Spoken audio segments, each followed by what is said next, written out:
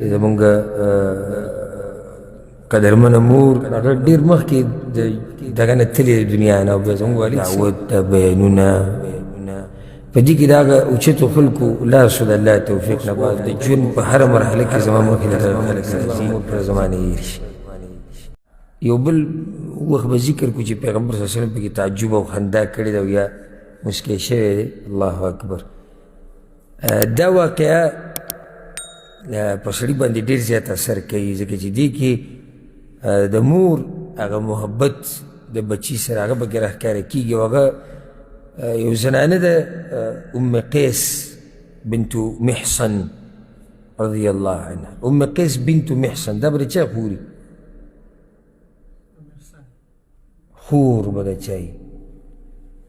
ام قیس بنت محصن. څوک صحابي ته یاد دی چې نوم کې محصن راځي پلار نوم؟ عکاشه بن محصن پیژنئ؟ راځه چې پیژنئ.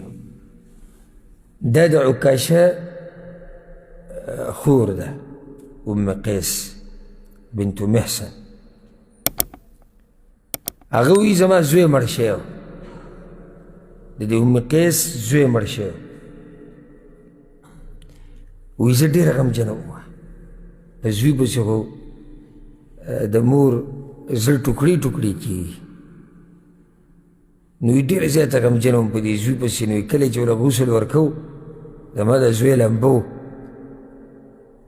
نو هغه چا چې غسل ورکوي ما ورته چې په یخو اوبو به یې نه لمبوي فتقتله، دا خو یې ته وجني. د مور دا محبت په یخو اوبو. لا تغسل ابني بالماء البارد، په یخو اوبو به یې نه لمبې، دا خو ته وجني. عکاشه راغی، یا رور پیغمبر صلی اللہ علیہ وسلم ته وی یا رسول الله وی ام قیس دا وی. پیغمبر صلی اللہ علیہ وسلم ما قالت سی وی تعجب مسکی شو فتبسم مسکی شو طال عمرها وی الله دې له اوږد عمر ورکړي. دا یې ورسره خبره کړې د مور دا محبت ناشنا محبت او چې د چا سره دا هستي د مور دا او د پلار دا نو قدر یې وکړئ مخکې د دې نه چې ستا د ژوند نه لاړ شي. او تپوس یې د هغه چا نه وکړه چې د چا سا وځي په دې ټکي پسې چې یو پیر ووایي چې مور، او کور ته ورننوځي ووایي مور، مور چې شوه پلار چې شو. داسې ناشنا جنت دی په دنیا کې. دا اوس د مور دی محبت دی بچي سره وي په یخو اوبه یې مه لمبوئ، دا خو یې ته وجني، خو مړ دی او هسې هم مړ دی. خو نه دا اوس د دې دا نه د پیرزو چې دا مړ باندې یخې اوبه واړئ. نو د دې به دا پیرزوي چې دا بچی ژوندی وي څه تکلیف ورته میلاو شي. دا باسې مور ته وایي که نه چې ته نه پوهېږي او ته بوډۍ شوي او ته څه وې. الله اکبر. چې دې بعضو ته حیران شم که نه، دا چې مور پلار ته وایي ته څه وې. اچھا چې ته د خبرو چرخ ویلی ته نن هغوی ته وایي ته څه وې. خو صرف دومره دی چې عمر یې زیات شوی دی، خبره واضح نشي کولی، ته ورته صبر کوه. خیر دی یو خبره ته یو لس پیرې واوره چې څه وایي، د هغې نه بعد بیا یو ښکلی جواب ورکړه. او الله سبحانه وتعالی قرآن کې څه ذکر کړي د هغوی د جواب په باره کې؟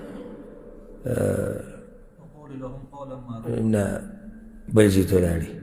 الله سبحانه وتعالی قرآن کې دا خبره ذکر کړې ده وقضى ربك الا تعبدوا الا اياه وبالوالدين احسانا اما يبلغن عندك الكبر احدهما او كلاهما فلا تقل لهما اف ولا تنهرهما. الله وی وقل لهما قولا كريما. الله وی هغه دواړو سره به ډېر پستې او عزتمنې خبرې کړي، ډېر په طریقه به د هغوی سره خبرې کړي، ځکه چې د دوی په رضا کې د الله رضا ده، دوی په ناراضه کېدو کې د الله ناراضي ده. وقل لهما قولا كريما. واخفض لهما جناح الذل من الرحمة. الله اذا وزري بو تخفلي کوزی کې زور طاقت ځواني دې هیڅ خبرې به د هغوی په مخ کې نه کوې. ګورې دې هر څه خبرې به سیټ ته ږدي، ته هیڅ هم نه د هغوی په مخ کې. واخفض لهما جناح الذل من الرحم وقل رب ارحمهما كما ربياني صغيرا. او دا دعا به مې ښه غواړي چې الله په هغه دواړو باندې داسې رحم وکړي لکه څنګه چې زه وړوکې رالوی کړی یم. ته داسې نه یې راوتی ږدم د مور د خېټې نه، ځوان پیدا شوی داسې زورور وي دا اوس چې ته هېڅ هم نه وي او هغوی دې خیال ساتلی و. نن ستا نمبر دی چې ته یې خیال وساتي. او دا الله ډېرو خوش قسمته خلکو له دا برخه ورکوي. وما یلقاها الا ذو حظ عظیم، چې د هغه په ژوند کې بوډا پلار او بوډۍ موري، نو دوی ډېر خیال کوئ. روزانه ورته ټلیفون کوئ، تپوس یې کوئ. دا ښځې ته چې دومره ټلیفون کوي روزانه ورسره لګیا یې او په ګنټو او په څو څو منټو، خیر د یو څو منټه پکې هغه بوډا سره خبرې کوه، یو څو منټه د هغه بوډۍ سره کوه او خیر دی.